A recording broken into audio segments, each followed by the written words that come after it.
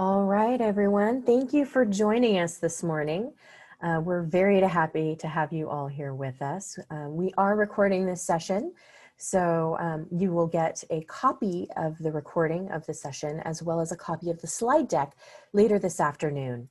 And once again, we are offering CPE for this course. So if you're somebody who needs a little extra CPE this year, go ahead and make sure that your full name is showing. And we will go ahead and be putting out several polls throughout the morning. We've tried to make them fun and interesting to keep you entertained. But the polls will need to be completed to show that you're still here in order to get the CPE. One of the other things is, oh, actually, I covered everything. We're good. I would like to introduce Frank Bellastrari, the partner in charge of our consulting division. When COVID hit and the PPP loan came to be, Frank automatically knew our clients were going to need help. And he automatically directed his team to learn everything they could. And as many of you know, it has been Mr. Toad's wild ride in the PPP land, and he and his team have stayed on top of everything and helped many clients navigate that particular piece. So I pass it over to you, Frank. Take it away. Great, thanks, Jennifer. Can we go back just one slide for a second, Caitlin? Thanks. I just want to, let's get to our agenda. There we go. So, you know, there's obviously still a lot of uncertainty out there around PPP and what's happening. So I want to give you an update as to where we are, talk about some real big picture items that I think are important, and then focus on the next couple of items. I have more slides today than I will have time to cover. So the slides will be available to you. I'm going to try and hit the highlights. If you've listened to some of the other presentations that I've done, you're going to see some repeats here on the slides because some of that hasn't changed, but I'm going to try and give you my best thoughts as of 8:04 today. And on the next slide, which is the disclaimer, this is all as of right now, subject to change, and you know, we'll see what continues to happen. I feel pretty confident that we're not going to hear anything this week, just given the fact that the Republican National Convention is on, and so I think the amount of new information will slow down for just a little bit. So let's go ahead and go to the "Where Are We Today" slide, Caitlin. As many of you have probably heard, the SBA opened up their portal on the 10th, and you probably haven't heard a lot of news with that, and that's because a lot of the banks really haven't opened up their portals. And what I'm seeing is kind of one-off here and there. Banks are starting to open their portals up, but really they want to wait and wait to see what happens with this final or next stimulus bill that's supposed to come out. But we're unfortunately caught in a perfect storm of the House and the Senate being on recess, an election, and this thing all of a sudden got very political. So it's just a really kind of strange time for that. And one of the main reasons why I think a lot of the banks are waiting is because one of the items that's on the table is the potential forgiveness of loans under a certain amount, which will be fantastic news for those that qualify. I've heard everything from 150,000 to 350,000 down to 100,000. I think 150 is probably where they're going to settle, which will be great news. I've got a slide next that I'll just cover for a second to give you an order of magnitude, but it's roughly 85% of the loans that are out there. So I think that would be great news for a lot of people. And the banks really don't want their clients to go through and start filling out a bunch of paperwork and pushing things to them to process because it's just not going to be worth your while. If they do this automatic forgiveness, then they're most likely just going to require a single page form that you would fill out, and that would be it. So that's fantastic news. And I really do believe there's a lot of unanswered questions still out there in terms of how to apply some of this guidance.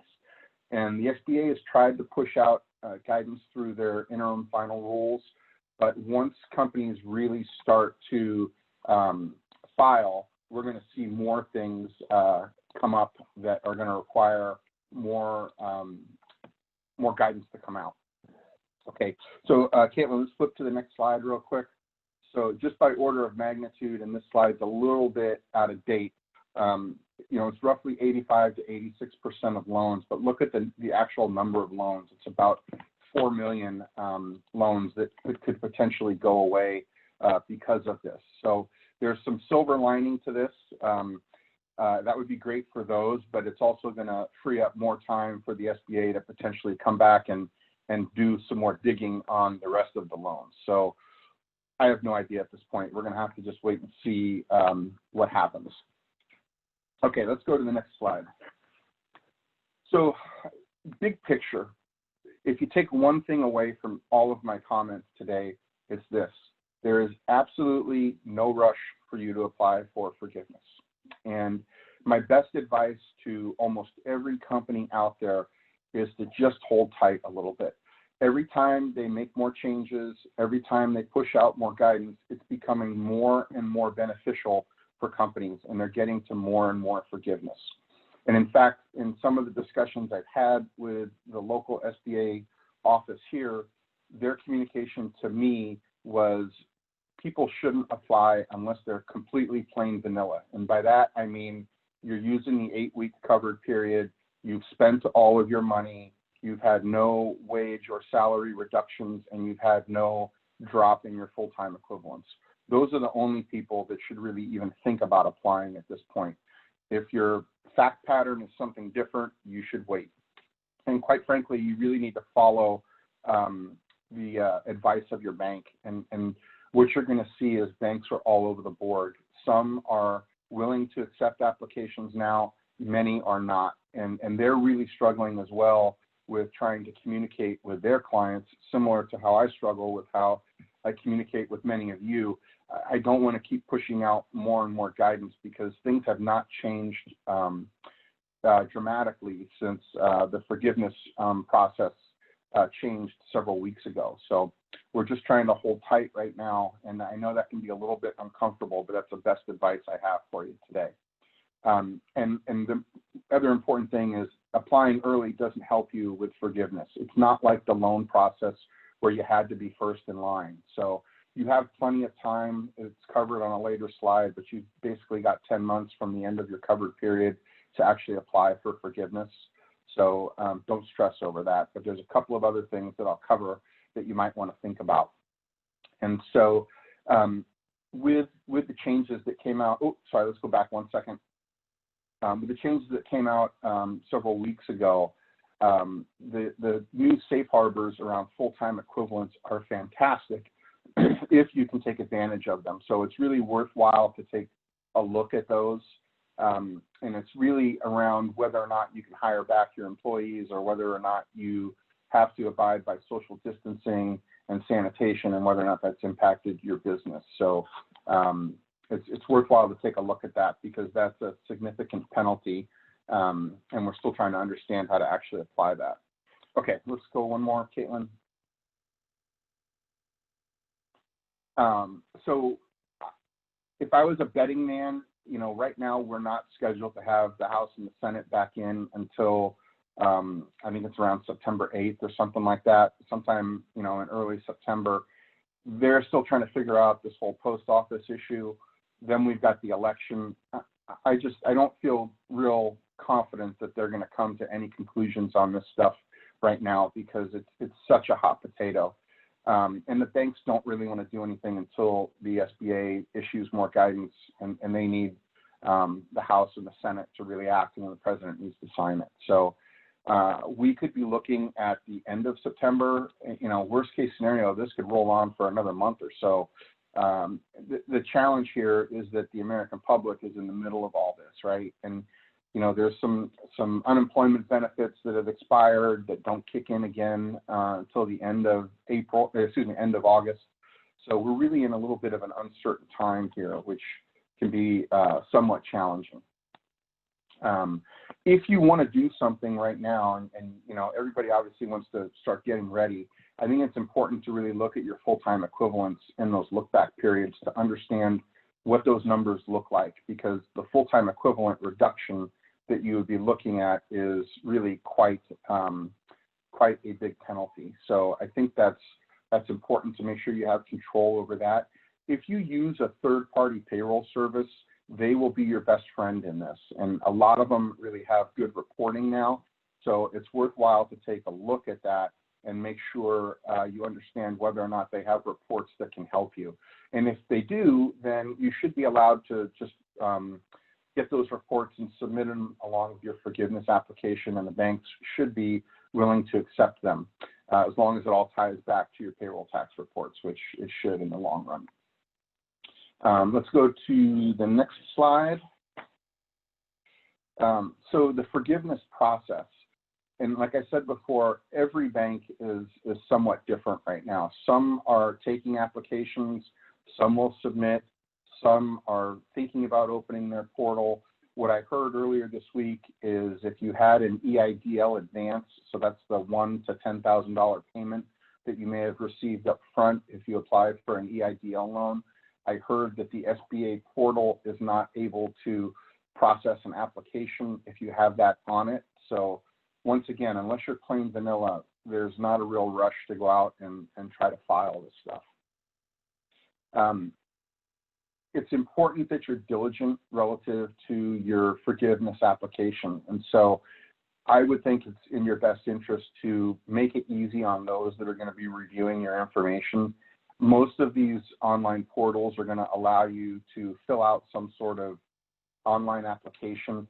Try to make it as easy as you can and reconcile your own data. It'll make the process a lot better for you. And if you just do a dump of information onto the bank, it's probably going to be not the best experience for you. So take the time, put it into Excel if you need to, and make sure that it all reconciles so you can turn in something that makes sense to them. Okay, let's talk taxes for a minute.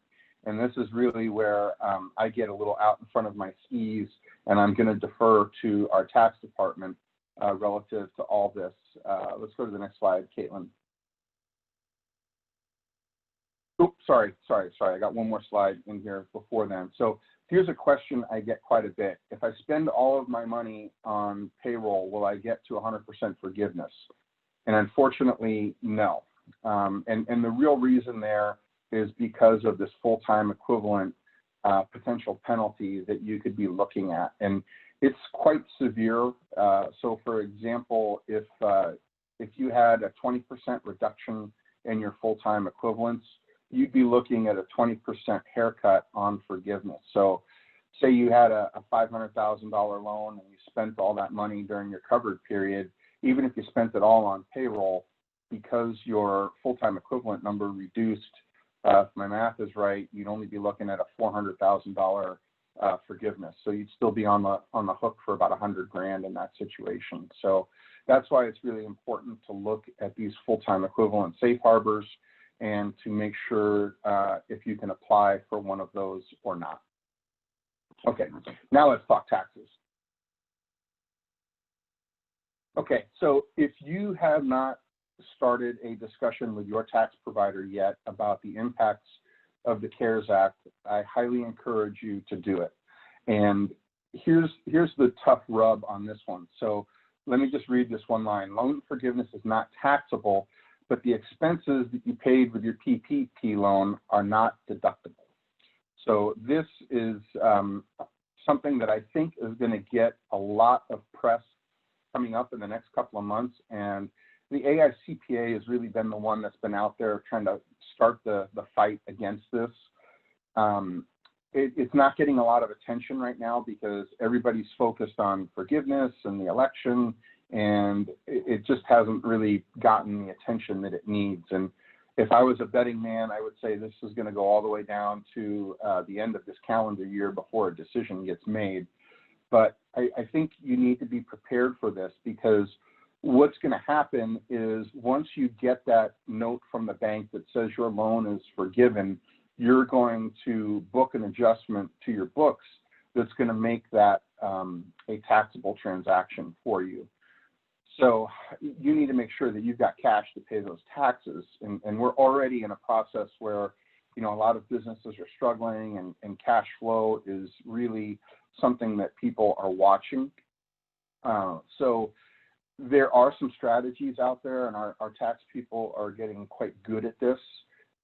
There are some opportunities if you've got NOLs in 2020 to take them back to prior periods, and perhaps to get back into periods before the corporate tax rates have changed as well. So I just think it's really important that you engage in a discussion sooner rather than later so that you understand the impacts of all of this, because especially for those of you with larger loans, this could be significant, and I just want to make sure you're prepared for it.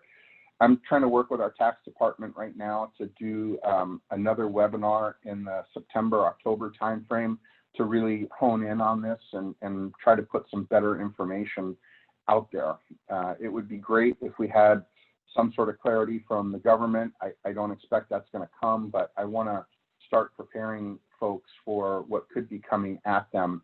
And where we are right now in the calendar year, it's tough to say whether or not forgiveness will be granted in 2020 at this point. And I'll cover that in just a couple of moments here as we talk through the rest of the slides.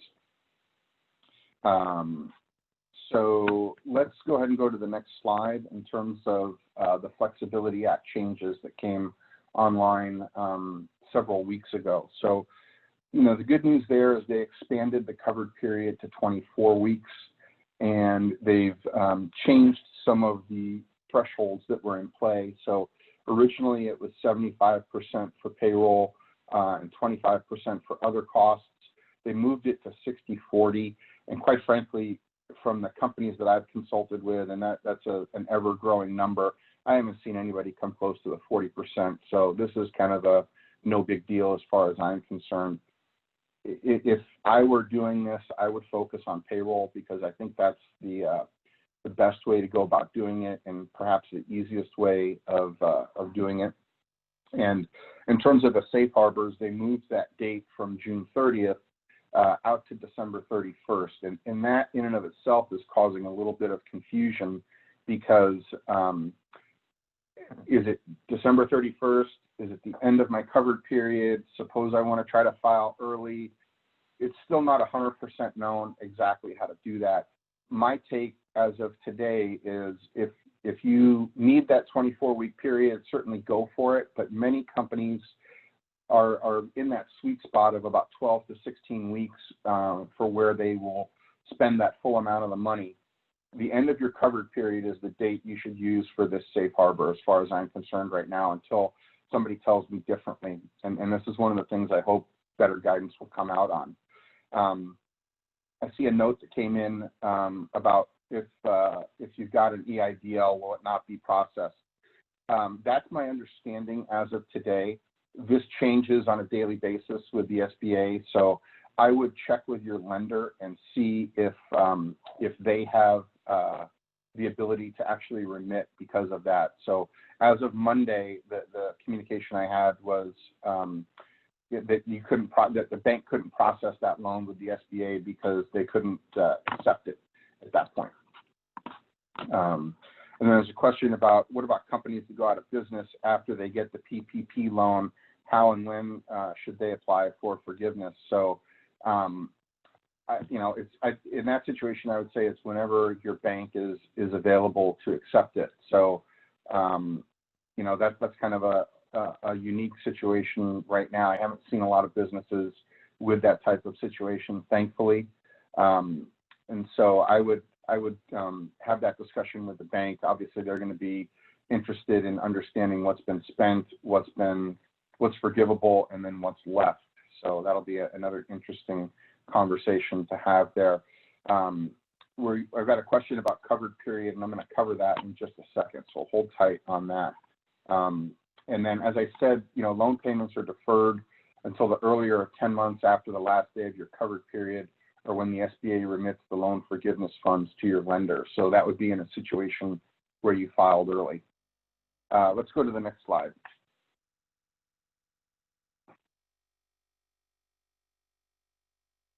Okay, so as you saw, after June 5th, part of the Flexibility Act changes were to move the loans from a 2-year loan to a 5-year loan at 1%.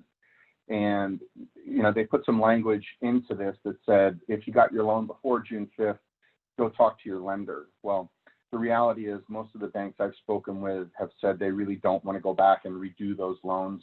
As you can imagine, that would require more paperwork and things of that nature. So I don't expect that's going to happen unless you've got some special circumstances. So it's worth having a discussion with the bank about. And then here's the 2 safe harbors. So if you couldn't find qualified people to rehire to get your activity back to where it was as of February 15th, or if you can document in good faith that you couldn't return to the same level of business activity as of February 15th, and really what that's looking at is information that was put out by CDC, Health and Human Services, or OSHA around increased sanitation or increased social distancing. If you can make that argument, then you may be able to apply those safe harbors, which would be fantastic, because then you can bypass all of the information relative to the full-time equivalents.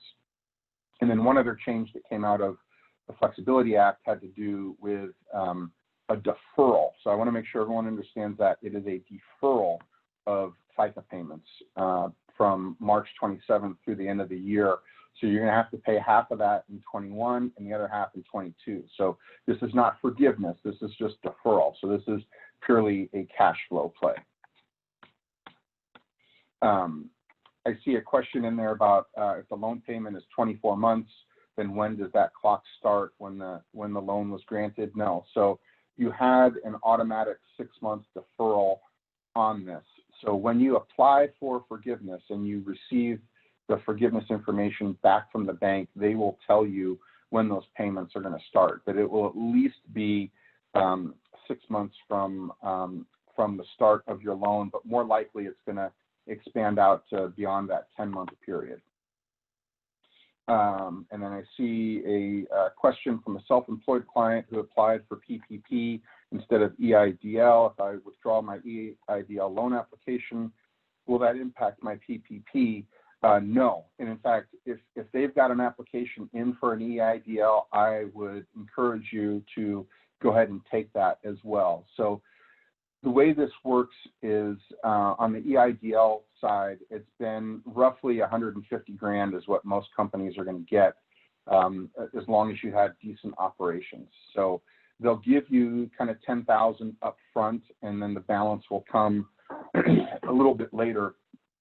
But if you're in need of cash flow, definitely go and do both. The way that the 10 grand works is this process was supposed to work so that if you applied for both, you would deduct the 10 grand, the up to 10 grand up front from your PPP loan. Well, as we all saw, the timing on this was all fouled up, so it didn't quite work out that way. So they're going to catch it on the back end as you file for forgiveness. So whatever you got from an EIDL advance perspective, that $1,000 to $10,000, that'll get deducted from your forgiveness on your PPP loan.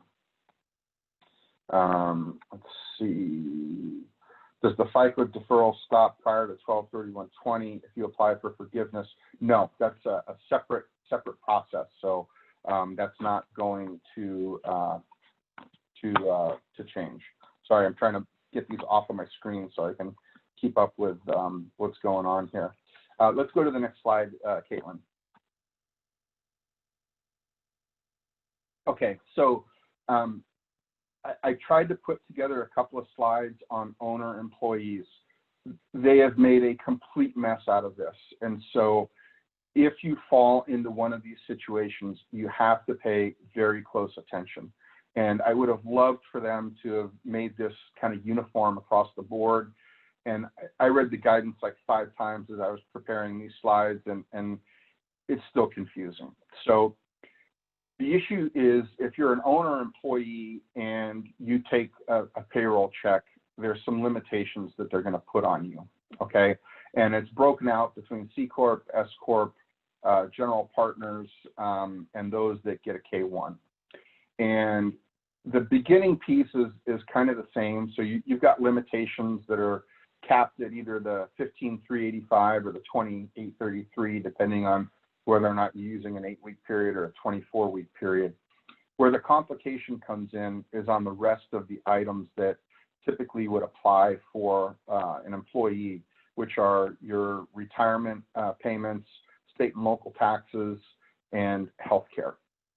So let me deal with the easy one up front. Employer, state, and local taxes. It's not a big number. If it was me, I wouldn't even worry about it because it's really not going to move the needle all that much, and it just may complicate some things. Sometimes the payroll reports that come out aren't quite as accurate as they need to be, and it's just created a mess. So I would avoid it. And then I would focus on the healthcare payments and the retirement payments. And as you can see, between a C Corp and an S Corp, it's different. And so you really need to pay attention to those rules. Let's flip to the next slide, Caitlin. And so as we get into self-employed individuals, it changes again. For general partners, it changes again.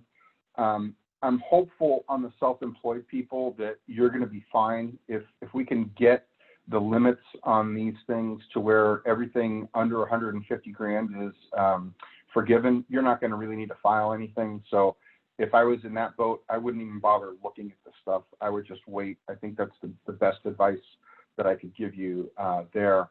And for general partners, once again, there's caps there as well. And you can see what happens relative to state and local taxes, healthcare, and retirement. You don't get anything. So that to me is quite confusing, and it's all over the board. So this is where you really need to work with your advisors and pay close attention. And when you're submitting your applications, I would be as transparent as possible with those that are reviewing it and highlight that information for them so that they can see it. Let's go to the next slide. Okay, Form 3508EZ. I would start here. This is going to be your best friend. And the first 3 bullets there are the requirements to use this form. This is going to make your life significantly easier if you can abide by one of these items. So first of all, self-employed, like I just said, if we get that forgiveness at the 150,000 mark or even the 100,000 mark, because typically self-employed individuals were at the 20,833 mark, you're good. So you won't even really need to worry about this if we get the forgiveness that we think is coming. So it's really the next 2 buckets that become important. And what that is no change in salary or wages and no reduction in full-time equivalents. You're good to use the 3508EZ. And the other one is no reduction in salary or wages, and you're able to take advantage of one of those safe harbors. So what this is going to do is avoid what is referred to as Schedule A or Worksheet A, where you need to provide a significant amount of information by employee. And it's just cumbersome, right? It's not overly complicated. If you've got good reports from your third-party payroll company, it'll make it easier, but it's just kind of a pain to get through that process. So if you can take advantage of the 3508EZ, I highly recommend that you do that. And on the back of the instructions for the 3508EZ and the 3508, which is the regular form, there's two different pieces of information. There's what do I need to submit to the bank, and there's what do I need to maintain. And I've tried to list those items out here. So, you know, you need to provide bank statements. You're going to need to provide your 941s and your DE9s. You're going to need to prove payments for your other items. And then you may have to show some sort of calculation on the full-time equivalents, but only if you're using that second bullet above. Let's go to the next slide, Caitlin. And I see a couple of other questions here. So yes, we are helping Bank of Marin. Do I have a sense as to when this process for forgiveness will start? That's something that's under discussion. And, you know, I think they're just being real cautious and don't want their customers to have to do all this stuff before they really need to do it. So hang tight. It'll be sometime in the very near future here. That's what I could say relative to that. And then the company I work for is a small family-owned business, and all the employees are owners. Is there a way around the owner-employee caps? Unfortunately, no. That is not something you're going to be able to get around. I guess with one exclusion, if they're under 5% owners, then there is a little bit of relief there. But other than that, the answer, unfortunately, is no. And let's see, the self-employed include partners that file a K-1, or is that only Schedule C? I believe that the self-employed is going to include those K-1s as well. So they're going to have to abide by those same limits that I had up on there. That was, it's detailed on one of the slides up above. Just trying to see if there's any that I haven't hit yet. I know I still have the covered period one to cover, and I'll get to that in a minute. So on this slide, what I've tried to lay out here is what do you need to maintain?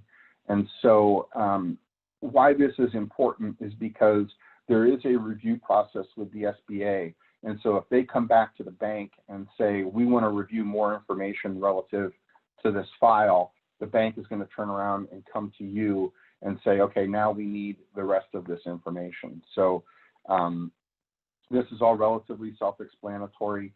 One thing I want to note is if you've had full-time equivalent reductions and you've offered employment back to employees and they said no, as long as you document that, that's not going to work against you in those calculations. Okay, let's go to the next slide, Caitlin. Okay, so here's the timeline, and I think this is important to understand this. So our covered period is now going to be either the 8-week period or up to the 24-week period from the date that your loan funded. Okay, so that when the money hits your bank account, that's the start of all of this. All right, so you've got up to that amount of time to use your funds. So from that point, when you submit your loan forgiveness application to the bank and the bank says, I now have a complete application, so expect some back and forth there relative to this to make sure that the loan the loan forgiveness file is complete. They have 60 days to review that and then push that application off to the SBA, and that's done through an automatic link. Then the SBA has 90 days to review it. So worst case scenario, you could be looking at 150 days from the date that you file with the bank to get a note back on forgiveness. Now, I don't think it's going to come anywhere near that amount of time frame, but until we start to see some volume and see how this impacts the flow through this process, I don't exactly know what that's going to look like. But those are the stated periods as it stands today. Okay, let's go one more slide, Caitlin. So here's some definitions. I'm not going to cover all of this, but you know, we've got covered period in terms of payroll, we've got rent, we've got utility payments, we've got mortgage payments. A lot of these are paid or incurred. And if you've got questions on that, once again, that's a good thing to read some of the FAQs that are posted out there. I think there's some pretty good examples on how to apply that, or talk to your advisor as well. They can certainly help with all of that. Let's go forward. Eligible costs, we get a lot of questions on this in terms of what actually goes into payroll. So, you know, it's salary, wage, commission, and bonus. If you're in an industry where you get tips, that's included. Your vacation pay, medical and sick, and all of that. Pretty self-explanatory there. Let's go to the next one.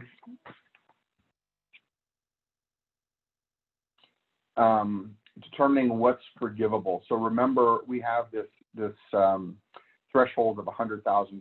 So anybody that makes an excess of $100,000 is going to be capped. And I've seen some questions out there. Do we look at that on a weekly basis? The answer is no. So those caps are 15,385 over an 8-week period, or 46,000 and change, I forget the exact number, over a 24-week period. So just multiply that 15,385 times 3, and you'll get that number. And then no FICA. These are the technical pieces of what you can and cannot include relative to that. So let's go one more slide. Limitations. So the way this is going to work is your loan accrues interest from the date that it gets funded. But if you get forgiveness, they'll wipe out the interest portion of that as well. And let's face it, I don't know of anybody that's not rooting for forgiveness here. The banks clearly don't want a bunch of 1% loans on their books. I know every business out there wants to get to as much forgiveness. We want to help you get to as much forgiveness. And I honestly believe that the government wants this all to go away as well at this point. So that's why I'm hopeful that if this thing continues to go on, it's going to get easier and easier to get to forgiveness. And so there's the 60-40 split that I mentioned earlier. My best advice is focus on your payroll. That's where you're going to get the most bang for your buck. And then in terms of covered rent obligations, they issued another interim final rule, I think Tuesday, and here's what it said, and this is part of the problem of trying to deal with this. There's really no way for us to understand what I'm about to tell you. So what it says is if you've subleased a piece of your facility, so the example is you pay $10,000 a month in rent, but you've subleased 25% of it to somebody else, and in theory you're collecting $2,500 a month in rent from someone else, you can only put the $7,500 on your application. Well, I like to be practical. How on earth is the bank going to know? How is whoever is helping the bank going to know?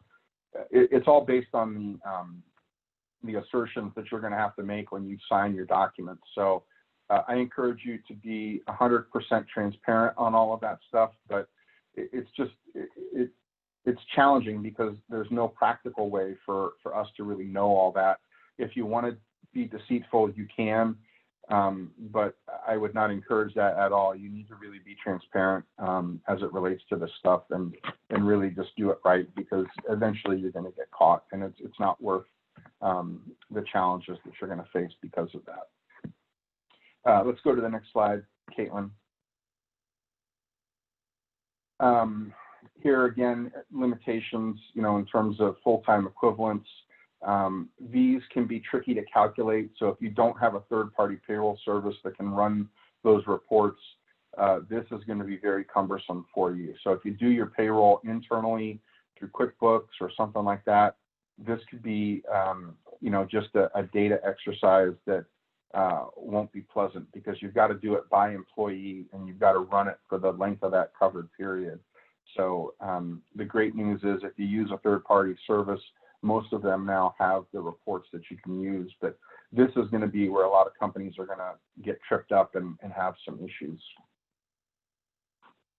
I'm just trying to see if there's any more questions that have come in.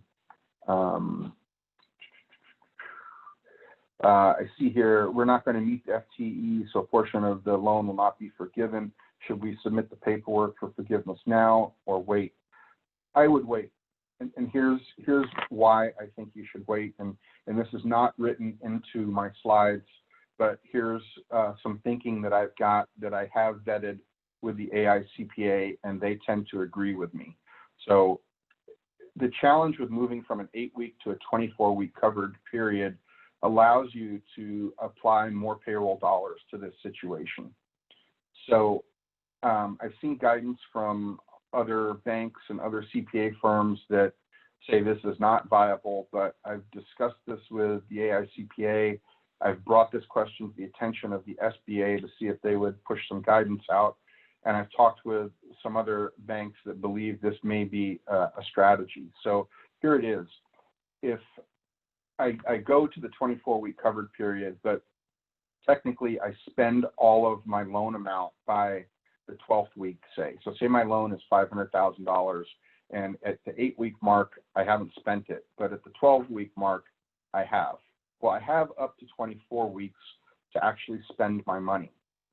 And if I have, say, let's make it drastic, say I've got a 25% reduction in full-time equivalents, the question that I have and the question that I posed to these folks is, could we extend a few more weeks and pick up some more payroll dollars so that the amount of payroll that we have incurred is actually more than our loan amount? So we're never going to ask for forgiveness in excess of our loan amount, but it seems to me that we're in full spirit of what we're trying to do here if we say that, hey, the payroll that we actually spent was maybe $600,000 or $700,000.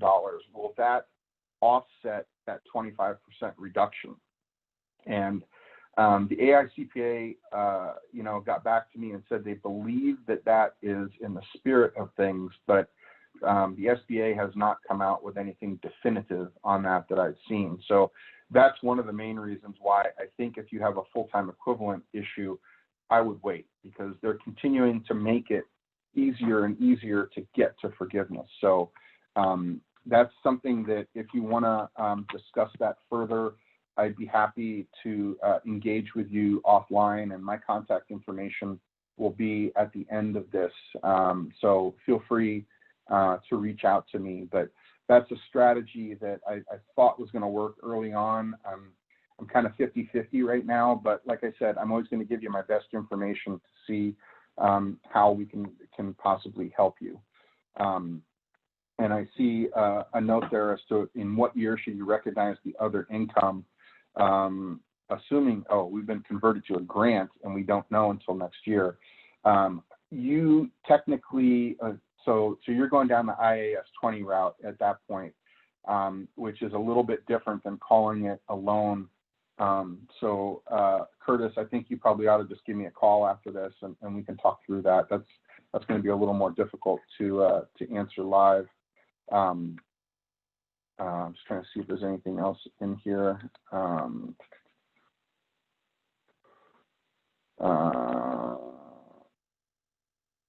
Okay, I think I've gotten to most of those.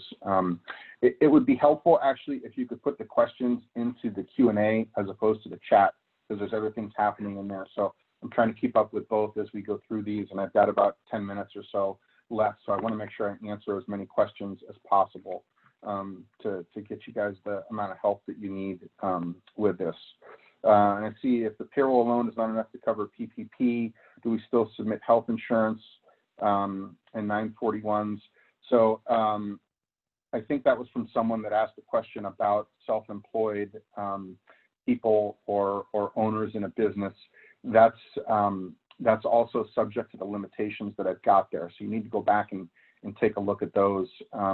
But if you are submitting for health insurance or anything like that, you're going to need to show proof of payment and a statement on that. Sometimes that flows through payroll and it's available on your payroll reports. Other times it's a separate invoice. So just pay close attention to that. Isn't there something about matching the covered period to your payroll cycles? Yes, there is an option to do that, although moving to a 24-week period kind of nullifies that a little bit. So the way it was originally written was it said for payroll only, so not for anything else, but only for payroll, you could elect to have your covered period start with your first payroll after your loan was funded. So for example, if your loan funded on April 25th and your first payroll was April 30th, you could start your 8-week covered period on April 30th as opposed to the 25th. But when you move to a 24-week period, that kind of is null and void. There's a question about bonuses in February. Do bonuses count for the wage calculation? They would have to be paid or incurred during your covered period. So if you paid those in February, that I think is going to be before your covered period would have started. So hopefully I've answered that. Interest on an auto loan be included? Yes, interest on those types of loans can be included. Once again, I would focus you back on payroll. Unless you've got a huge fleet of automobiles, your interest on the auto loan is probably not that great. let's see here.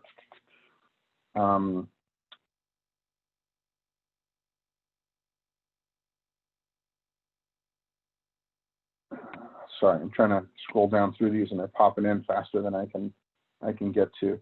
So we have an SBA loan. SBA is making interest and principal payments for 6 months. That's not correct. The SBA is not making interest and principal payments for 6 months. They're just deferring your payment. How do you account for it? Do we show income for the monthly payment? Oh, sorry. This is a situation where you probably have an existing SBA loan and they've given you forgiveness on that amount. So I think you need to show that as other income. Any type of forgiveness, my advice is to always isolate that so that your tax people can find it and figure out how to deal with it. So for example, if you're using your PPP loan for payroll, don't record the forgiveness against payroll expense. Leave payroll expense at the gross amount and then push this down into other income. Let's see. I think I'm getting to most of these. Folks on my team, if you're monitoring the Q&A, if I've answered them, can you please try and clear those off for me so I can see what's still open. So Caitlin, let's go forward to the next slide. Here's some information about seasonal employees and seasonal employers. We haven't had a lot of this, but basically if you're a seasonal employer, they want you to look at a consecutive 12-week period. So you don't have to abide by some of the other stated periods that are there.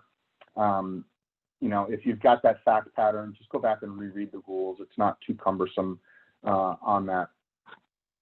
Let's go to the next slide. The rehire exception, I covered this. This is good information for you to just go back and take a look at after this. So it'll help you with respect to some of your full-time equivalent potential issues that may be out there. Let's go to the next slide, please.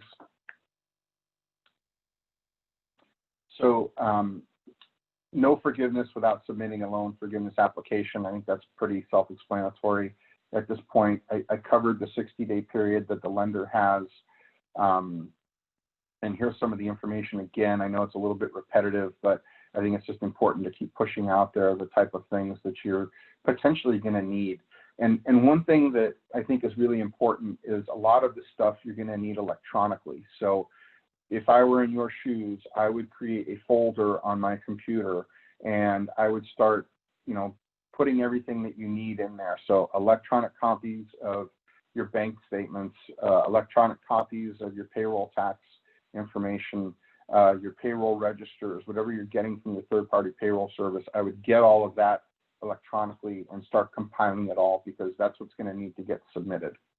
Let's go to the next slide. Okay, so here's kind of the last slide of what I've got for you. So what happens if you don't qualify for forgiveness?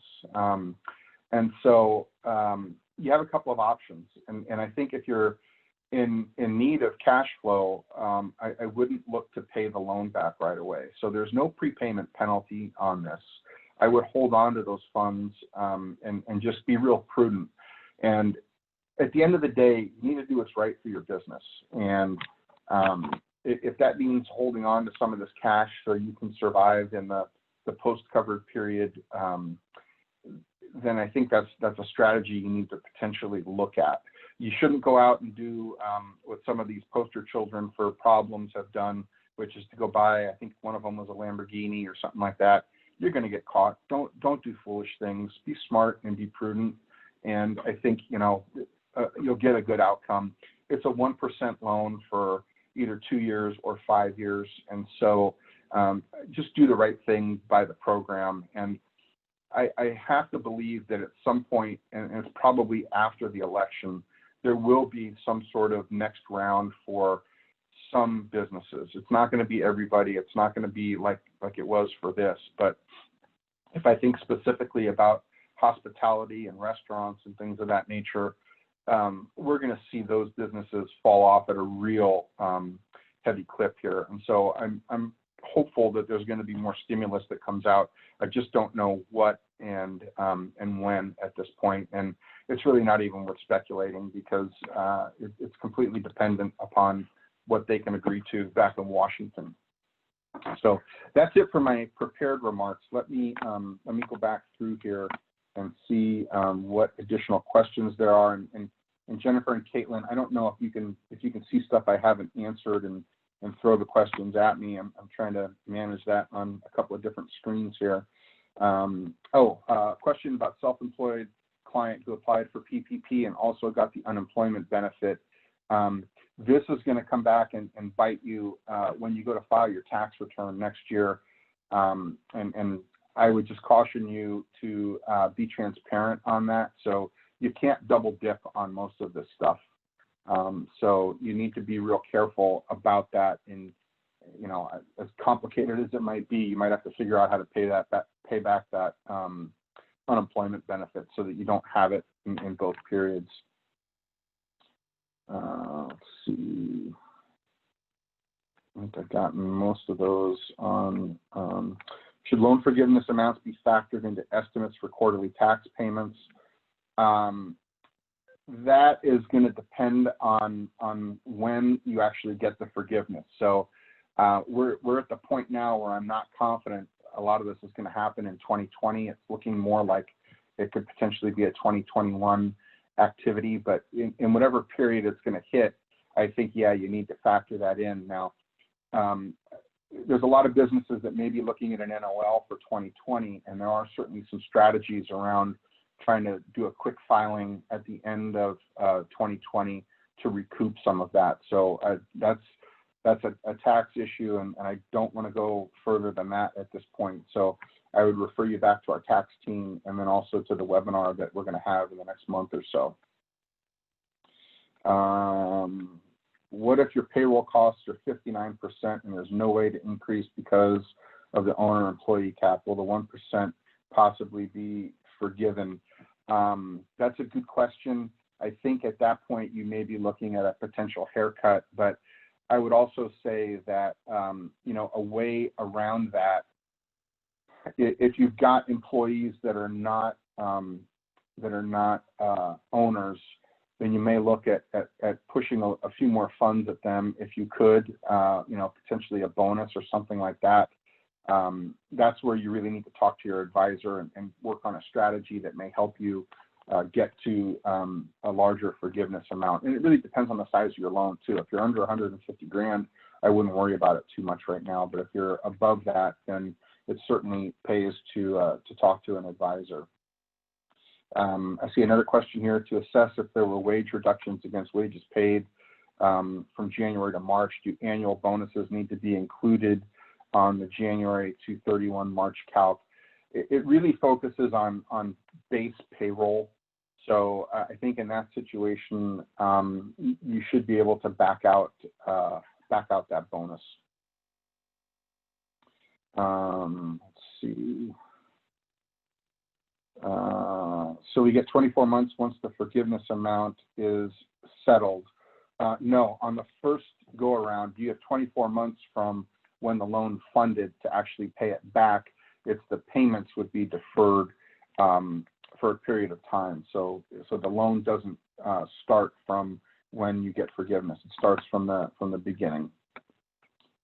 Would a possible reorg for an LLC change anything for forgiveness if it happens after the covered period? Good question. It depends on the reorg. That's a very specific fact pattern, and I would say that's something you need to consult on. If you're changing ownership, that could be problematic. So that one you're going to need to engage in a specific facts and circumstances discussion on. Let's see. What happens if we file a forgiveness application after 8 but less than 24, but an FTE reduction occurs after our filing? Great question. This is one of the things that I'm hoping they're going to come out with more guidance on, but the way I believe this is going to be interpreted now is that the measurement date for your FTE calculation should be the end of your covered period. So you should be fine to let people go. But once again, I don't have anything in my hand that I can say, here's specific guidance from the SBA on this. This is really just what I feel at this point and trying to apply some logic and common sense relative to this. So that's why situations like that are a little more dicey and there's a little more risk there, but I think you should be okay based on that fact pattern. Let's see. Will EIDL program grants of $1,000 made to self-employed initially be considered a loan amount that has to be deducted from any PPP loan forgiveness? Great question. They haven't necessarily come out with guidance on that yet. But the way it's being applied elsewhere is it would reduce the amount that you get forgiven. So by analogy, I think that is going to impact. So if you had a $20,833 or a $15,385 amount, it's probably going to reduce that at this point. Let's see. Questions regarding self-employeds and their forgiveness will be based on 2019 Schedule C or K1. That's right. Let's see. Jennifer, is there anything I missed along here that you can see? Not that I'm seeing. Yeah, we had a flurry of questions. Thank you folks for submitting all your questions. And a few things on the poll. I know that you guys have been enjoying the poll. Some folks have asked if even if they don't need CPE, yes, you can still take the poll if you find them fun. So that is welcomed. And we got a few more things coming in the Q&A. Okay, so there's more in the Q&A now. Mm-hmm. Is the loan forgiveness taxable? Yes and no. The loan forgiveness itself is not taxable, but the expenses that you have forgiven will not be deductible. So I feel like I'm talking out of both sides of my mouth on that. So the short answer is yes, it's a taxable transaction, which is why we're going to have another webinar in about a month or so relative to this, so we can try to explain that a little bit more. Auto insurance, no. Oh, I do want to cover transportation costs. So they threw this concept of transportation costs in there. Steer clear of it. I wouldn't touch it with a 10-foot pole. The guidance is so unclear, and quite frankly, I think it's just going to be a problem. It's not what we all thought it might be. Like if I'm a construction company and I have to send my trucks out to a job site, it's the gas from leaving my building to go to that job site. That is not what it is. So I wouldn't touch that at all, and I would just steer clear of it.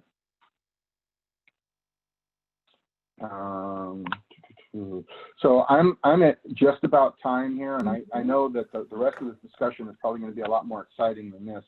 There's a lot going on in the R&D area, and I don't want to take up any of their time. I see one more question. Member of an LLC doesn't have employees, he receives $5,000 payment per month.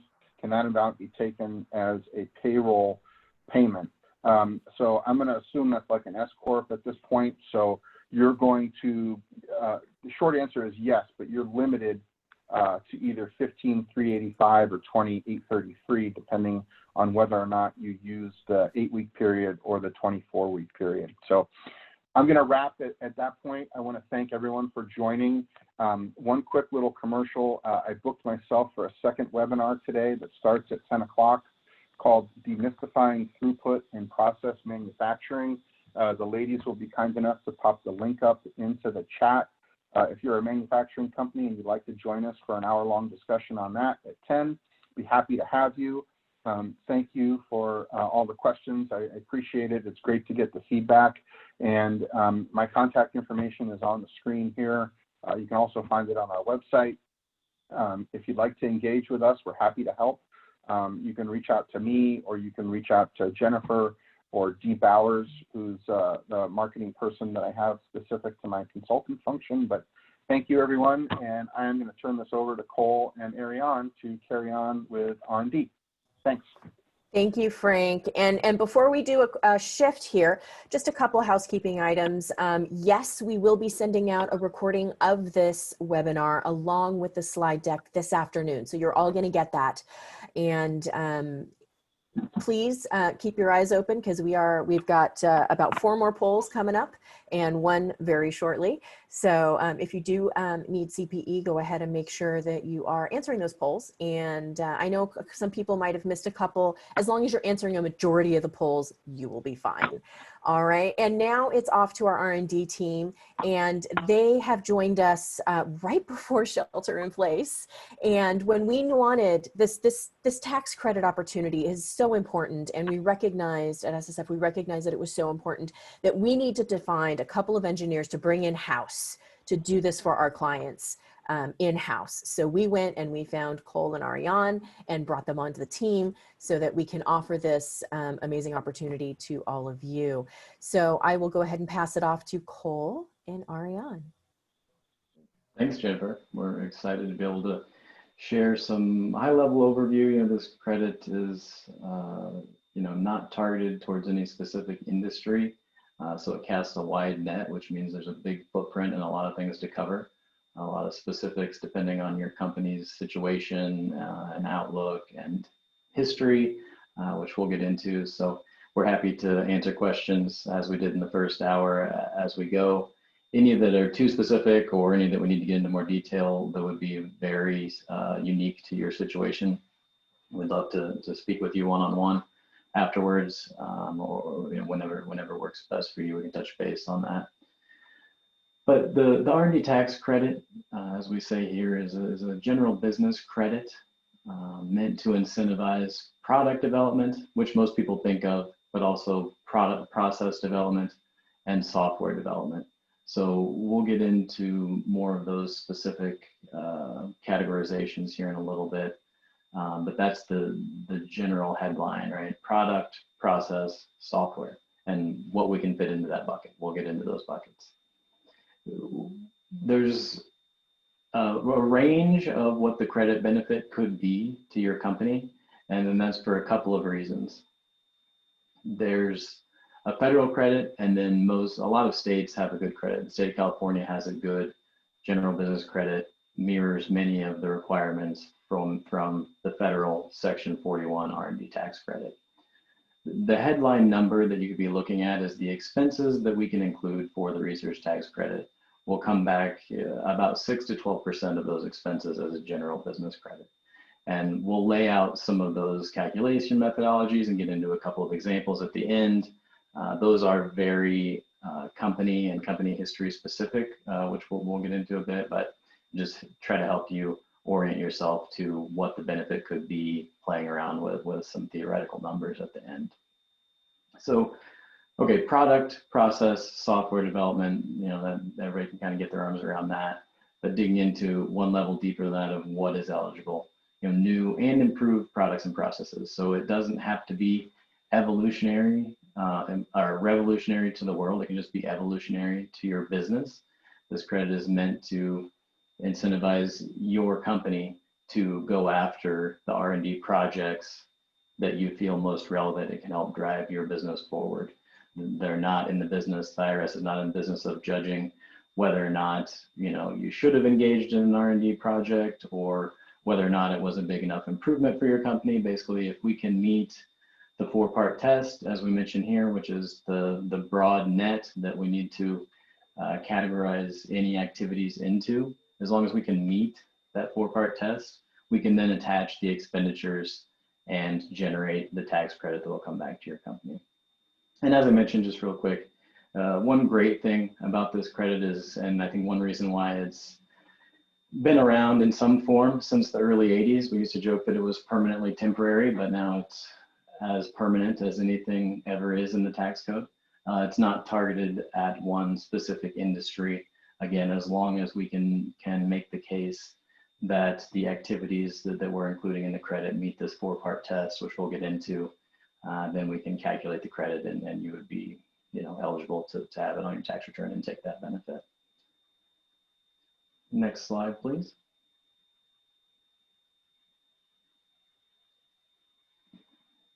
So a little more detail about why the credit is powerful for you is that it's one of the only credits left, maybe the only credit that can be used to offset your tax liability below the alternative minimum tax.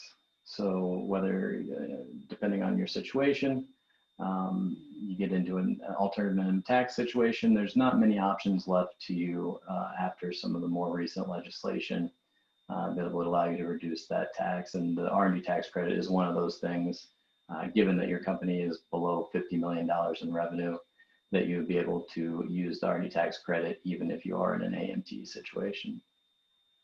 And a more recent development is very powerful if you're essentially in the first 5 years of operation, first 5 years of revenue, and have gross receipts below $5 million in any particular year. That makes you a qualified small business relative to the research tax credit, and you can elect to offset up to $250,000 of R&D tax credit that you might generate against your payroll tax. So this was an acknowledgement that there was this whole section of businesses, startups, high-tech companies that were just generating operating losses, were not receiving any benefit from this R&D tax credit. And we're trying to figure out a way to allow them to benefit from this big investment that many of them are making in R&D. And what came down the road was this payroll tax offset. So we found that to be very beneficial. Companies are able to keep payroll tax dollars in the door beginning the quarter after you file your tax return and make that election that you want to use it for the payroll tax offset as a qualified small business. One thing to note, if you fall into that camp or think you might be eligible, the election does have to be made and the claim does have to be made on a current year tax return. So with the general business credit, you can go back to any open tax return, usually 3 years, and pull forward or amend, depending on the situation, to receive a general business credit, the R&D tax credit benefit that you might have overlooked or missed out on. With the payroll tax offset, you're required to claim it on a live return, so it's only a prospective option. Essentially, if you miss out on your 5-year window, you don't have that option anymore. So it's an important thing to be quantifying and be aware of, in real time. And currently, the R&D tax credit can be carried forward indefinitely if you have, NOLs, you don't have tax offset, or maybe you're offsetting all the tax that you're able to with the R&D tax credit. Any unused amounts can be carried forward to future tax periods. And then, as I mentioned, many states have R&D tax credits. Oftentimes, they mirror the federal requirements. The state of California, great credit. A lot of other states as well. We sometimes see that companies that have a substantial portion of their operations in California, sometimes they forget about people they might have working remotely in another state, or they might have a small office with some engineers or developers, in another state. Those are just as eligible for that, locality's tax credit as your main group of folks would be in California. So next slide, please. So this slide just covers some recent developments, and I think the real message to get across here, we've covered a little bit of this, the real message to get across here is that there have been some very recent changes, and definitely in the last 5 years, the last couple of years, and then some changes that are going to go into effect even over the next couple of years. So if you haven't been taking advantage of this credit, maybe you've looked into it in the past. There are reasons why things have changed, why some things have become a little more clear. Maybe you assessed it previously and decided that it wasn't a good option for you. There could be some things that have changed that might change that equation. So I mentioned earlier, it's no longer permanently temporary, it's permanent. That happened in 2015, and then a big change, which I'll get into some of the details of this in a minute, is the software development activities. So the credit started in 1984, and it took the IRS until 2016 to come around to the idea that maybe software development and these software activities were not going away. Software and computers are a thing, that was going to stick around for a while. So they thought, well, maybe we should put out some regulations and try to clarify, get on the same page with taxpayers about what they see as includable and what the real high risk areas are. And what they do in the software development guidelines, they categorize types of activities, give examples into high, medium, low risk, you know, and then it's kind of up to the taxpayer and the taxpayer's consultants to parse out which categories they fall in, do a risk assessment, and figure out, you know, how you want to include the software activities for the R&D tax credit. 2016 was also the first year of the payroll tax offset option. So that's been on the table for a while. It took a couple of years to work out some of the kinks, or maybe I shouldn't even say work out some of the kinks, but to know what some of the flies in the ointment might be relative to claiming the actual payroll tax offset, because it has to be done through your payroll tax provider. And there's some extra information that needs to feed into your 941 in the quarter after you file your tax return and make this election. And then subsequently, if you don't use all of the payroll tax offset in a quarter, it does flow through to the next quarter, but it's taken the payroll tax providers, and rightly so, a little bit of time to get their systems worked out to where this functions and this credit can be applied pretty effectively. And that's kind of on a case-by-case basis with the payroll tax provider. But you know, those questions are sort of known at this point, and we know how to address them going forward, hopefully. So we see some other things that were phased in and then modified in 17 and 18 around, you know, being one of the only things that can reduce your taxes and reduce it below AMT, and some ways that it affects NOL deductions. And those things are kind of ever changing. There's another part of some prior legislation that's going to impact us in 2022. Sort of with some of the PPP things, there's some open items that are probably not going to end up being extraordinarily palatable to a lot of taxpayers relative to amortization of certain expenses. And if you amortize the R&D expenses over 5 years, does that mean you don't get the benefit of the R&D tax credit in that year? You have to spread those expenses out over 5 years. The moral of that story, sort of with a lot of the PPP stuff, I think there's going to be clarification when we get closer to time, when we get closer to 22, when that impact would start to be felt. So something that we could keep in mind, but hopefully something that's not going to affect the R&D tax credit extensively as we get closer to time. Next slide, please. Yeah, next slide. And so I'm going to talk. Go ahead. I'll introduce you, but you can take it away. Needing no introduction, here's Ariane, everybody. I'm going to talk a bit about the nuts and bolts. So Cole did some high-level work. He mentioned new or improved products and processes. This is the manufacturing, the what you're making, not necessarily the how you're making it. So this is not the paperwork side. You do not need to be reinventing the wheel. You just have to be making a better wheel, which is a really big distinction because the IRS is not in the business of deciding what is enough development. There's a lot of jargon tied up with this credit. And one of the big things is the idea of a business component. So it's a project, but a business component is something that you're developing or you're doing that is potentially eligible. There is a 4-part test. It's pass, fail. So each of the business components has to meet this 4-part test. There's technological in nature, so relies on a principle of engineering or a hard science. There needs to be technological uncertainty, a process of experimentation. Think this is more than guessing and checking, but it isn't necessarily the identify 3 alternatives and try them all out type bench, sort of scientist at a bench type experimentation. And then permitted purpose. So the why needs to fit into an allowed category. Looking at things like improvements to fit, form, functionality, quality, reliability, or efficiency.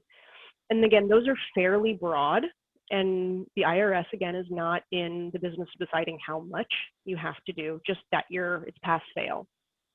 As Cole mentioned, in 2016, we finally got the final guidance for software that's been batted back and forth quite a bit between different companies and the courts and the IRS, and we've got final guidelines, and they're very much in taxpayer favor.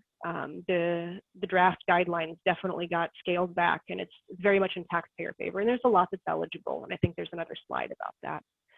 One of the things that Cole and I both really enjoy doing is working on these overlooked and underserved industries. Manufacturing, I'm ex-Cummins, the diesel engine company. I did controls work. My main hobby is food and beverage, and so I spend a lot of time, as much time as I can manage, I'm working in food and beverage. And then the back office IT investment came out of the 2016 guidelines. But there's a lot more opportunity there for software that fits that. I see two questions that just came in. Yes, there will be a recording of the presentation and a copy of it that go out this afternoon. And farming innovation, there's absolutely opportunity there, and Cole has some experience in that specific industry. Please contact us after the presentation, either via email or our information will be posted, and we'll be happy to talk about your specific case. Yeah, and let me just interrupt Ari on that. My experience with the agricultural industry is that in a lot of instances, there's actually a surprising amount of opportunity, and it does end up being something that's overlooked quite a bit by a lot of people. So it's an interesting area to explore. And then I just wanted to mention on the back office IT investment, kind of elaborate, I kind of poke fun at the IRS of taking 30 years or more to come around to the software development piece. But this back office IT investment, by way of example, is something that we've seen really ramp up, what called over the last 10 years. 10 years ago or so, e-commerce was, around, but not as big a part of people's business. We saw substantial sized businesses that had essentially a traditional IT department that was kind of handling, the e-commerce, and then maybe had a couple of ERP programmers, et cetera. Well, fast forward from there 4 or 5 years, it was becoming a much more substantial investment that was required internally. People were relying on consultants a lot, but you can't rely on consultants a lot without having some of that expertise in-house. So, 2015 or so, we saw a lot of companies transform their IT group, their old traditional IT group, and add software developers to that group. They were, doing some of the e-commerce type of development, being that conduit and making sure that the consultants that our clients were using for e-commerce type of modifications and integrations into the company's true back office, ERP, business management types of systems. And then over the last couple of years, we've seen in a lot of cases that investment has just exploded. Companies that were, 4 or 5 years ago using a couple of developers to manage the process, now have full built out, software development teams of, 10, 20, 30 people in some cases, that 10 years ago basically didn't have any software developers. And you wouldn't assume that you wouldn't look at them and think they're a software developer. The one that I have in mind is a kind of a traditional manufacturing company. So just a little bit of history of how we've seen that back office IT investment accelerate. I'm writing this down now. I'm probably more clicking. There's a question about headquarters in California and R&D employees both in California, but other states as well. And the R&D credit is actually very specific, that it's about where people and the expenses are being incurred. So whether it's the employees or a contractor, if their feet are not in that state, they would not be included for like the California credit. Or if you've got international contractors, they can't be included for the federal credit. And we do talk a bit about that later. Poll 6 just popped, and I grew up in Kansas City, so my choice is not on here. Just to elaborate on that example, remote work obviously is at the top of everyone's mind, but even to the extent that if you have most of your R&D folks in California and maybe they're traveling, internationally, or they're traveling within the United States, if it's outside of California, we would want to make an effort to try to quantify the time they spent outside of California, because in the way this is all laid out, time that they spend outside of California is not eligible to generate a California tax credit. Next slide, please. So this is, again, Cole just mentioned this, but excluded activities, this is at the federal level, activities occurring outside the US. So if you've got employees that are international or contractors that are international, and then for the state credits, it's where the employee is based. That time and those associated costs have to be excluded. Any time spent reverse engineering or reproducing is not eligible either. So if you've got a competitor's product that you're looking to make something of and you guys spend a couple of weeks sort of picking it apart and saying, how does this work? The time spent figuring that out isn't eligible. Once you guys have figured out what it does, once you start looking at what we can do to make it better, or what do we want our specification to be, then you're back into eligible. Once your product has hit standard production, it's no longer eligible. Market research is not considered a hard science, and it fails that test, but it's actually listed as an explicit exclusion. Training or development of training programs. Again, this typically happens after the uncertainty has been resolved. And so what we see here is that the materials used for training the employees, work order instructions, et cetera, those typically, there's no uncertainty left at that point. So there's a specific exclusion. And then things like ISO certification. One thing to note is things like ISO 6 Sigma, 5S, et cetera, often generate documentation that is very helpful in supporting the research tax credit claims. So even if the time spent creating them isn't eligible, the documents themselves can be repurposed. And I see another question. Go ahead. All right, I was just going to add on the ISO certification that brought to mind the fact that while ISO certification specifically is excluded, there's a lot of things, especially in the food and beverage industry, that you might be required to do because of some sort of regulatory entity that might control the product that you're putting out to your customers.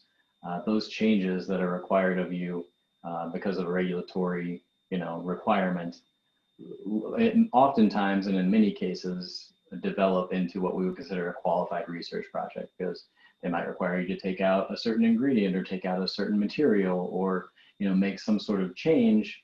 Then we get into the territory of a qualified research project, a qualified business component, Yep.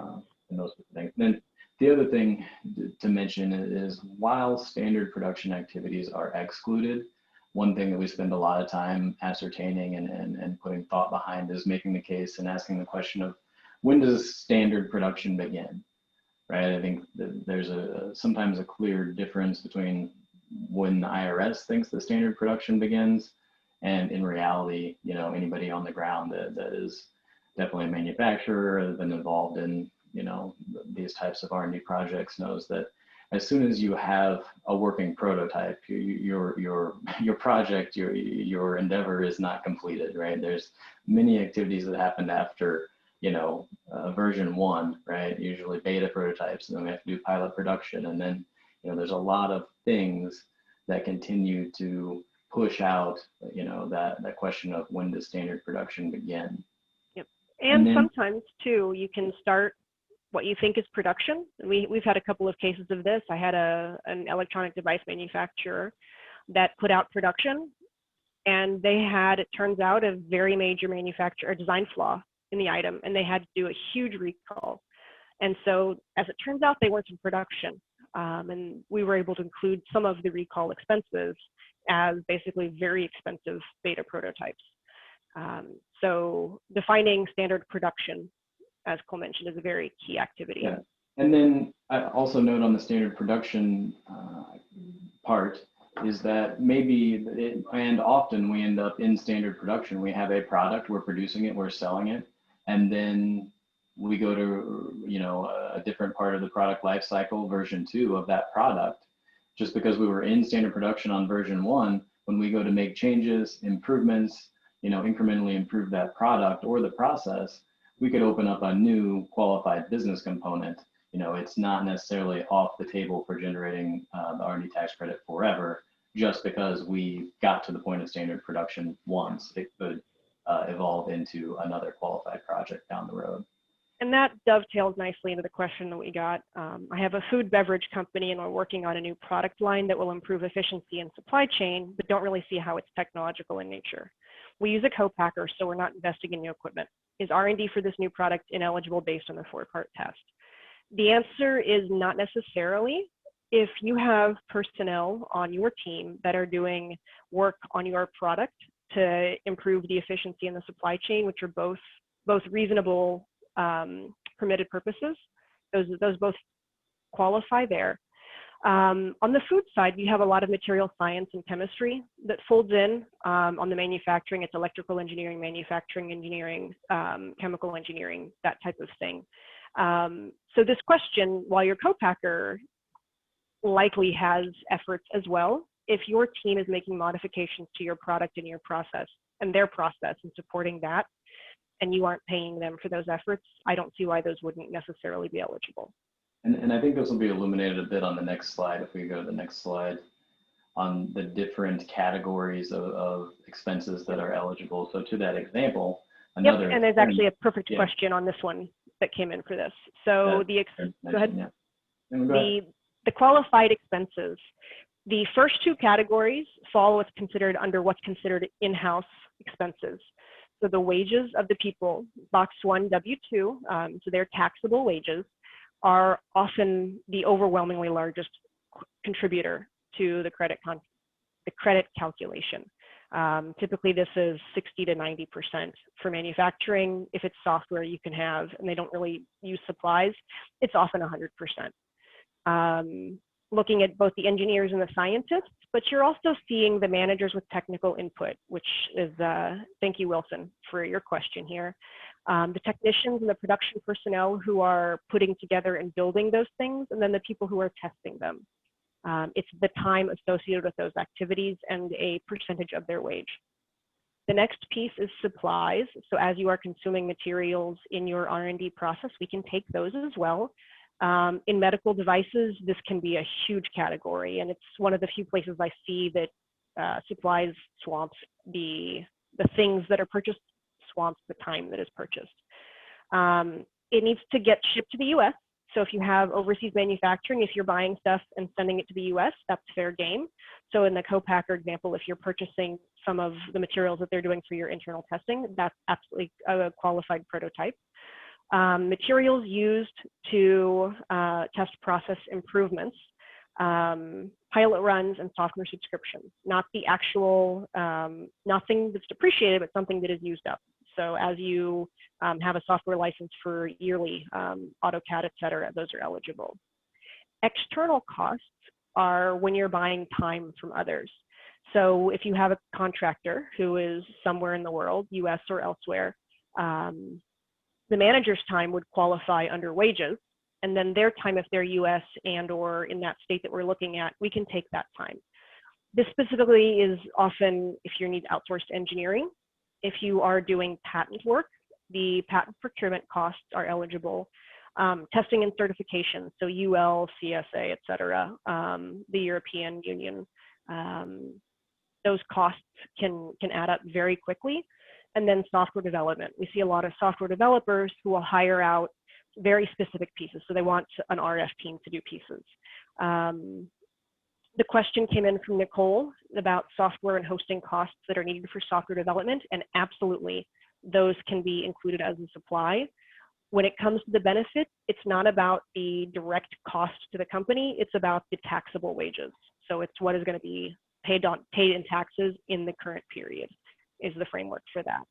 And let me on the supplies relative to software development, where those are cloud expenses, tools that are needed in the development.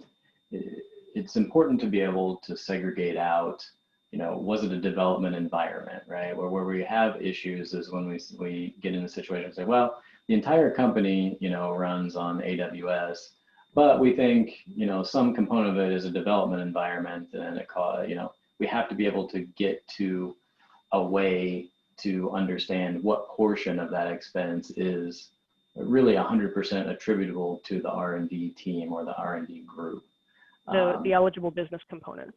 Yeah, even when we see certain software supplies that are clearly attributable to an R&D group or software developers, et cetera, but maybe cross over into the realm of just a general business function. The example yesterday, I took out like 20 monthly subscriptions for Slack, right? They were clearly for the 20 software developers. However, we can't really make the case that that was a pure R&D expense.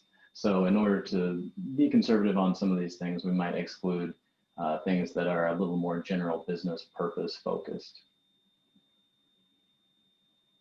Next slide, please. As you're looking at your company or the company you work for, here are some good sort of green flags to look for to say, hey, maybe we should have another conversation about this. And if you're already taking the credit, great. We'd also love to talk to you and see if we can do it, if we can help out there to help you get a bigger credit, make it take a little less time. Degreed engineers, scientists, or software developers, if you have any of those, it's a good indicator. Manufacturing, we've mentioned a couple of times. Electronics, components, chemicals, advanced materials. We do a lot in medical and biomedical.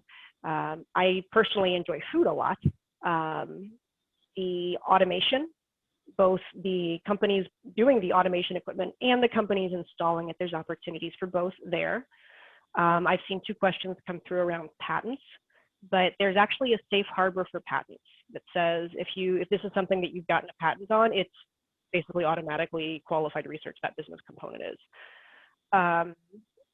If you're doing government contracting, we're actually working with a company now that does some work for the Air Force. They've got an AFRL research contract. So that's surprisingly for a lot of people, but they're paying for you to go figure out new things. And Cole and I both have extensive background and experience in government contract qualification. And then, as we've mentioned a bit, the software. Let me interrupt to elaborate, which you could do better than I on the government contract / funded research front. But let me point out, so what the idea of does funded research qualify for the research tax credit is a big question to some taxpayers. And I think, well, if someone is hiring me or my company to engage in a project, that must be their qualified research. We don't finance any of our projects, things of that nature. What it boils down to when looking at whether or not the project or the activity is includable for as an expense to your company is who's taking the risk in that contract. So how are you being paid? Are there milestones, things like that? So the facts and circumstances around that. And then the second question is, what happens to any intellectual property that is created based on that contractual relationship? So based on the results of those 2 questions, it makes the overall question of whose research is it, a little less clear because of the various ways, infinite, I'll almost say, ways, that people arrange these contracts, companies arrange these contracts relative to payment timing, milestones, intellectual property, when that intellectual property is transferred. How much of the intellectual property is transferred? How much, and relative to the current tax court landscape of what has worked its way through and what those results have been, which is a continually changing set of data. So if there's no questions on that, again, Cole and I both have extensive experience in government contracts, and it's fascinating to learn about. CP question 7 just launched, and then as far as software, there's new techniques and architectures, and that's been up long enough. But as a firm implements some of this stuff and has to build custom pieces to connect them with their systems, it is fairly rare for stuff to work the way it needs to out of the box. And so the implementation of the ERP systems is actually a surprising area of opportunity. And building on that, I think touching on part of a question that we might have skipped over a little bit, if we're using contractors to do some of the software development, maybe those contractors are outside the United States, in which case those expenses would clearly not qualify for the research tax credit. This is the expenses that you pay to the contractor. But if your people on your side, on your team, are sitting in California or are sitting in the United States, their time working with those contractors, interacting with them, working on the project in the United States, in California, assuming it meets the 4-part test, all the other caveats, those expenses would still be eligible. Just the fact that they're working with a foreign contractor does not mean that it's automatically off the table. Additionally, if you're working with a foreign contractor and maybe they have to come to your location for a period of time, if we can isolate the amount of expenditure that was incurred while the contractor had their feet in the United States, we could potentially include that as a qualified research expense. So it really does track back very, very exactly to where were the person's feet when they were performing this activity, and then was it a qualified research activity.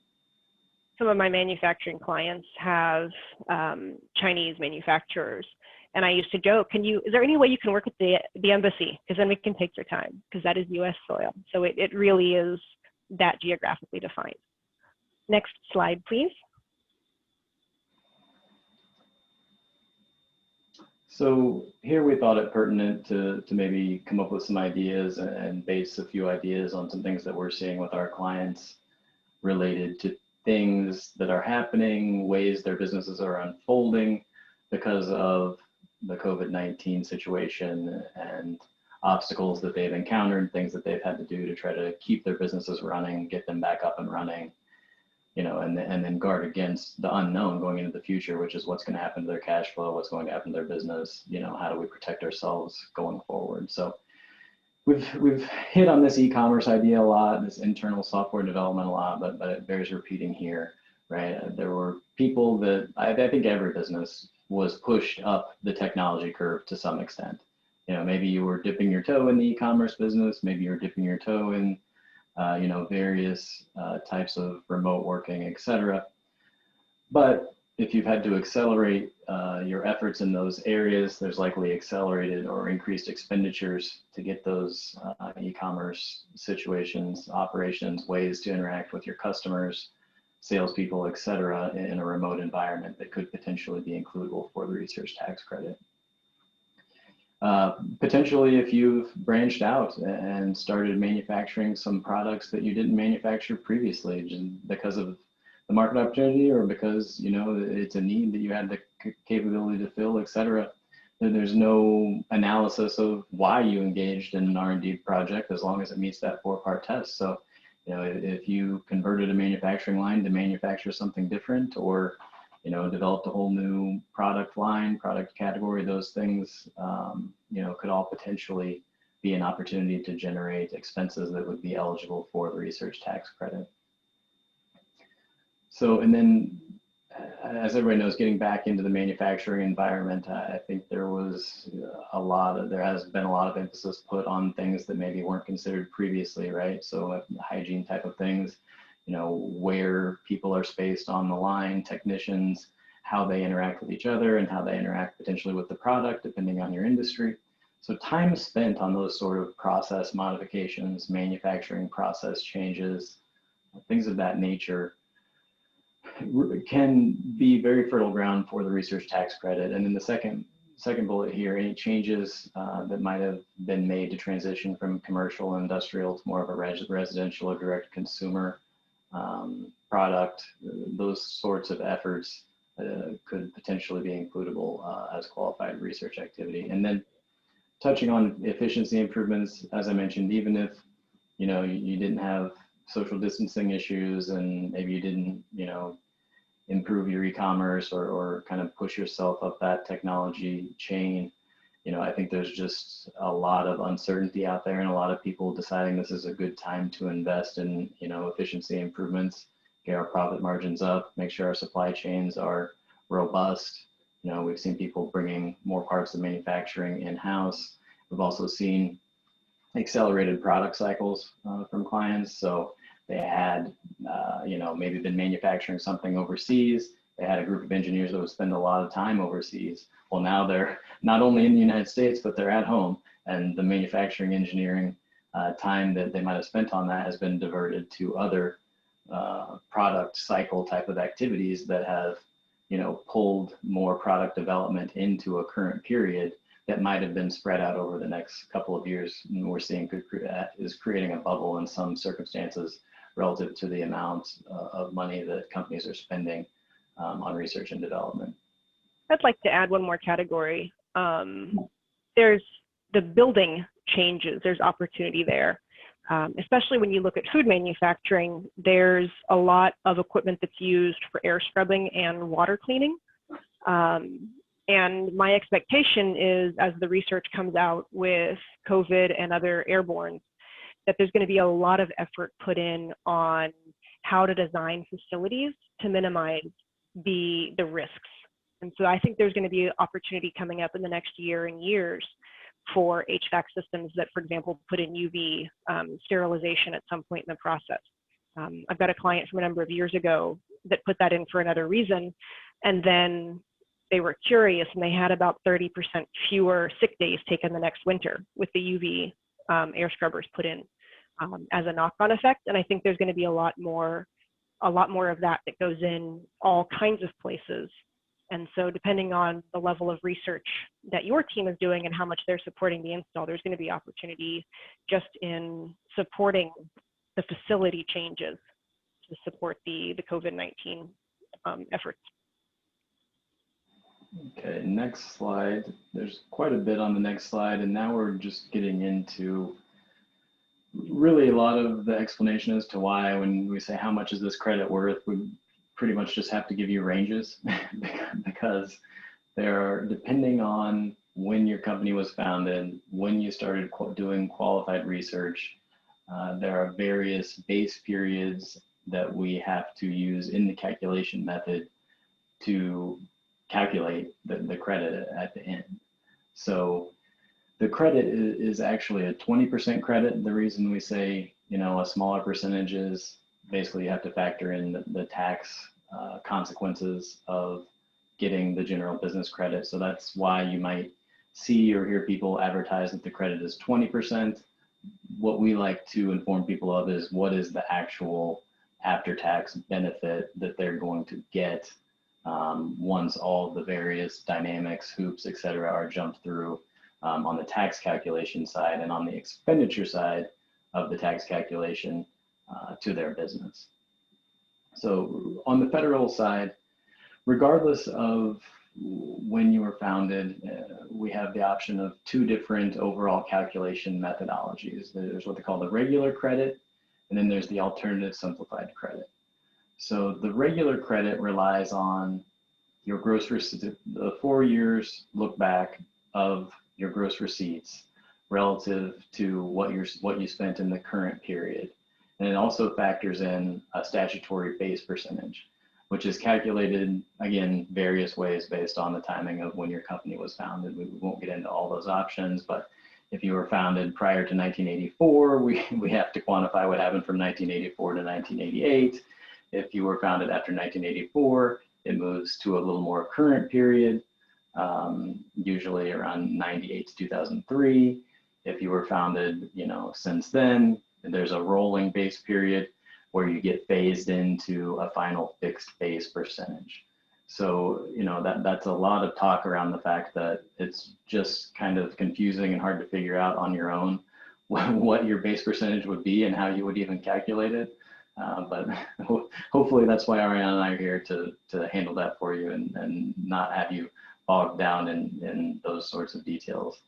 And then the second kind of easier, more straightforward method of calculating the federal credit is the alternative simplified credit. So the base percentage on this one or base amount, we call it, is a rolling base amount based on what you spent, an average of what you spent for the 3 prior years. There's some intricacies of how it's calculated if you're in one of the first 3 years of qualified research expenses. But it generally, as we keep mentioning, ends up to be around a 6 to 10% benefit as a federal general business credit. So on the next slide, I have a couple of calculation examples that we can run through really quick, just to try to reinforce some of this information, just kind of give you a feel for what the options are and kind of why this credit, we should mention, takes some upstart, if you will. So when you look at this calculation and say, okay, we think we were eligible, we don't want to go back and amend any returns, we just want to look prospectively, we think we can take the research tax credit for 2020, great. The issue becomes we have to calculate that base period. In the best of circumstances, we have to go back and look at what were the qualified expenditures in 2017, 18, and 19. So there's always some historical look back The good news is once we do that work, once those base periods are quantified, base percentages are calculated, et cetera, then we don't have to go back and quantify all those historical years, et cetera, year over year. The process becomes much more efficient. But in this example, let's assume $500,000 in qualified research expenditures. You see in 2017, 18, and 19, we had some escalation of expenditures. We get to the total qualified expenses for the 3 prior years. And then I circled this part in the middle because we can never be straightforward about things. There's always multiple ways to look at it. So instead of 50% of the 3 prior years average, the IRS says that we should take the 3 prior year QREs and divide them by 6. Get you to the same answer, but it's just a different way to state it. So I just like to call that out, and I always find it an interesting way of looking at it. So then the way the credit is calculated, you basically take your current year qualified research expenditures, 500,000, minus half your 3 prior years average, 225,000. Your excess qualified research expenditures are 275,000 times your credit rate, gets you the gross credit. But that's typically not the actual benefit that your company will receive. That credit either has to be, the credit has to either be added back to income, or there's an election you can make on a live return to reduce the credit, to basically not have to put it back through that loop to feed back into your income just to be taxed again. You can do the automatic 280C reduction, which gets you your effective credit, the benefit that the company should feel given, there's tax liability to offset of $30,000 and some change. So one of the benefits of this method is that A, it's not related to your gross receipts. B, it's based on some calculation of what happened in the 3 prior years. So as you get peaks and valleys in expenditures, if your expenditures are not super consistent, it's easier to anticipate and easier to plan for what your R&D tax credit might be year over year. This also helps the look back period that Cole mentioned. Again, if the company's been around since before 84 and had expenditures back then, the base period goes 84 to 88. And if the company was around in the 90s, you're looking at possibly as far back as 98 to get data to compute. And so what happened was the feds were realizing that this was just getting to be just an archival adventure, and a lot of companies don't have this data anymore because it's out of statute. You don't need to keep these things for more than 7 years. And so this was a big reason this was actually put in place, was to accommodate companies that just don't have this information anymore. Great. Next animation. So here's an example of the California credit calculation, which mirrors the federal traditional credit calculation that I mentioned previously. We're going to take the easy way out and then assume that the company in question was incorporated after 2015. So they're still in the kind of phase in of their fixed base percentage. If you see there's 3%, same QREs of 500,000 and average California sales of 5 million. These are all just theoretical. And that number, when you're looking at the California traditional credit, it doesn't matter what the sales are, it just gets factored into this middle part, which we have the green circle around here, where we compare the excess QREs. Poll question there for you. We compare excess QREs to 50% of the QREs. The excess QREs is calculated based on that base percentage and the amount that you exceeded over the base amount. And 50% of the qualified research expenditures is just that, 50%. The reason I highlight that here is one mistake I very often see on the California tax form when it is filled out by whoever it was filled out by. They treat this excess QREs or 50% of QREs as an election, or, oh, I don't know how to calculate excess QREs. I don't know what this base percentage thing is. I'll just use 50% of QREs as my limitation, which is kind of the way it's laid out on the form, and I could understand that interpretation. However, that's not an allowable, it's not an election. You don't have a choice as to whether or not you want to calculate your base percentage or use your 50% of QREs. It is a limitation. So in this situation, our excess is 350. Our 50% limit is 250,000. So we have to take 250,000 times the California credit amount or credit rate, gets you 37,500 in credit. You have to do all the tax math or take the 280C election to reduce the credit. You end up, in this case, with close to $35,000 of California tax credit. And So, just as a note that the California same QREs, it is fairly common for California to be more generous than the federal, which has been pretty cool. Yeah, which really depends on your circumstances, like you keep talking about, relative to that base percentage. The other thing to note is if you can't document, you can't prove, et cetera, your base percentage in California, there is an alternative method, but it is very inferior on the credit amount that you'll receive. Usually it's maybe a quarter of the credit, if that. I won't get into the details of that, but there is a benefit to be had if you can't prove the base percentage, but it's not as lucrative. So I think that's the end of the content that we had right there. I did want to mention that one question we commonly get from these presentations is, well, what if we don't have time tracking? We don't necessarily keep track of how people are spending their time on certain projects. Luckily, that's a big component of what somebody that specializes in this R&D tax credit, Ariane and I, do. So we have ways, methods, experience to ascertain, survey, get input from the people that are involved in the research, whether that's direct conduct, which is the normal definition people think of, direct support, which might be a technician, building a prototype, and direct oversight, which might be an engineering manager and owner even that's heavily involved in engineering or product development. We find ways to quantify that, put them into place going forward, and make sure that it's really defensible and will withstand the IRS's scrutiny when that time comes. So we can take questions. We have a couple of minutes left if anybody has anything.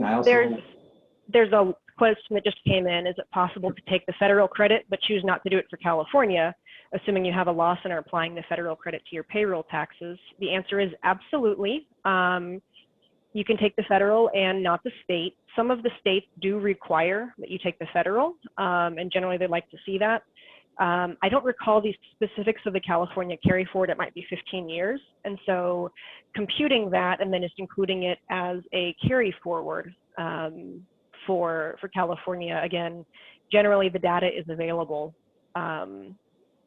Generally the data is available to compute California, and just let it roll forward and use it if you can, and otherwise it just rolls off. But typically, yeah, absolutely, you can do the federal and not the state if it doesn't suit your purpose. Especially if you're in the first 5 years and you qualify for that payroll tax offset. The amount of work that's required to calculate the California, even though I just probably scared you there about the work required. If you are in the first 5 years, it's a relatively low consequence. We would much rather see you get that benefit on your California tax return, carry it forward to hopefully a point where either you have California income to offset, maybe there's a transaction, et cetera, where there could be some value to that credit. If we're doing the work anyway of qualifying and quantifying, it's a good thing to just go ahead and put on there. The work of sorting out federal versus state is just relatively trivial compared to qualifying the projects themselves. And so bundling all the states is relatively trivial for our side of stuff. The actual state tax is another story, but for at least the research credit, that's not a problem. Yes, but I also wanted to put in a quick advertisement, building a little bit on what Frank was presenting on with the PPP loans. If you didn't have a PPP loan, or you gave it back, didn't qualify, or are having second thoughts about it, if you don't have a PPP loan, there's potential to qualify for something called the Employee Retention Tax Credit. So I won't get into those details, but there's some thresholds where, again, if you didn't take a PPP, don't have a PPP, there's the Employee Retention Tax Credit that could be a valuable opportunity to you that you should look into, reach out to us. any additional questions? We have a thank you, so I'm glad people are finding this useful. Anything else? It's been mentioned a couple of times, but Jennifer is going to get the copies of this out to the participants.